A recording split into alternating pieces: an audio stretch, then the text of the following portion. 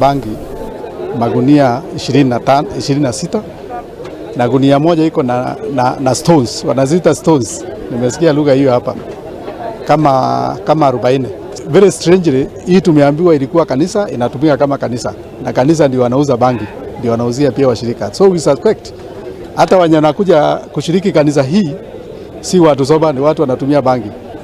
Pia tumeona wanafanya ukora ingine kama ya kuiba biti ya wizi. Tumepata electronics ambayo tuna suspect zilikuwa zimeibiwa. Tumepata pia mbuzi walikuwa wanaichinja because wananchi wameipata, walikuwa wanachinja mbuzi ndio wakule washerekee. And that's how they have also come to discover kuna bangi hii mahali. Kama wana suspect hawakuwa wanaongea sababu ya kuogopa hii watu. So hii ni kitu imekuwa ongoing.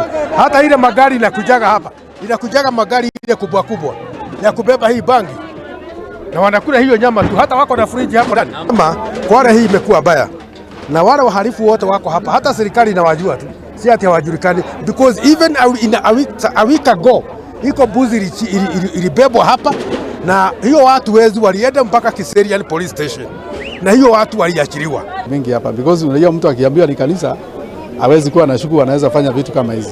So but tutakuwa careful zaidi, tutamulika zaidi, tuangalie. Kuna makanisa already tuko nayo, but tunachunguza one by one. Hatukuwa tumefika kwa hii ilikuwa inatulenga kwa panda.